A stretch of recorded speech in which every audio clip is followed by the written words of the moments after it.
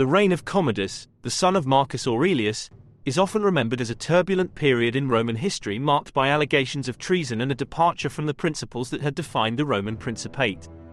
This essay delves into the alleged treasonous acts of Commodus, the complexity surrounding his rule, and the consequences, if any, that unfolded as a result. Commodus ascended to the imperial throne in 180 CE, following the death of his father, Marcus Aurelius. While Marcus Aurelius was celebrated for his stoic virtues and commitment to public service, Commodus represented a stark departure from the principled governance of his predecessor. His reign was characterized by a series of decisions and actions that strained the delicate fabric of Roman governance. One of the key aspects contributing to allegations of treason against Commodus was his perceived betrayal of the virtues associated with the Roman emperor. The Principate, established by Augustus, was built on the idea of an emperor as a servant of the state, upholding moral integrity and embodying the values of Romanitas. Commodus, however, abandoned these ideals, opting for a lifestyle marked by excess, debauchery, and a disregard for the traditional responsibilities of the emperor. Commodus's affinity for gladiatorial combat, a departure from the stoic and statesmanlike demeanor expected of an emperor, was a source of considerable controversy. Allegedly fighting in the arena himself, Commodus not only undermined the dignity of the imperial office but also blurred the lines between the ruler and the spectacle.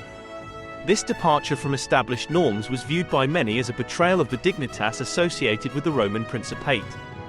Additionally, Commodus's apparent neglect of matters of state and governance further fueled suspicions of treasonous behavior.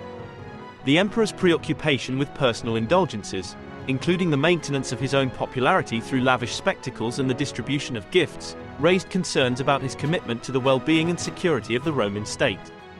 The perception that he prioritized his own pleasure over the needs of the empire contributed to the erosion of his legitimacy.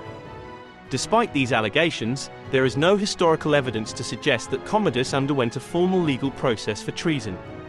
The dynamics of imperial power, coupled with the emperor's control over the Praetorian Guard and his ability to suppress dissent, likely shielded him from direct legal repercussions. The absence of a systematic legal process during his reign underscores the arbitrary nature of imperial authority and the challenges of holding an emperor accountable. Commodus's demise came in the form of an assassination in 192 CE, orchestrated by members of his inner circle and possibly influenced by broader discontent within the Roman elite. The conspirators, driven by a desire to rid Rome of a ruler whose actions were perceived as treasonous against the principles of the Principate, sought to restore a semblance of order to the empire. The assassination marked the end of Commodus's tumultuous reign and initiated a period of political instability known as the Year of the Five Emperors. In the aftermath of Commodus's death, the Senate, faced with the need to stabilize the empire, chose to distance itself from the memory of the fallen emperor. Damnatio memoriae was imposed on Commodus, erasing his name and image from public monuments and records. The subsequent emperors sought to restore a sense of order and rectitude to the Roman state, emphasizing a return to the traditional values that Commodus had abandoned. In conclusion, Commodus's reign was marked by allegations of treasonous behavior stemming from his departure from the virtues associated with the Roman Principate. His demise, brought about by assassination, reflected a desire to remove a ruler whose actions were perceived as a betrayal of the principles that had defined Roman governance for centuries.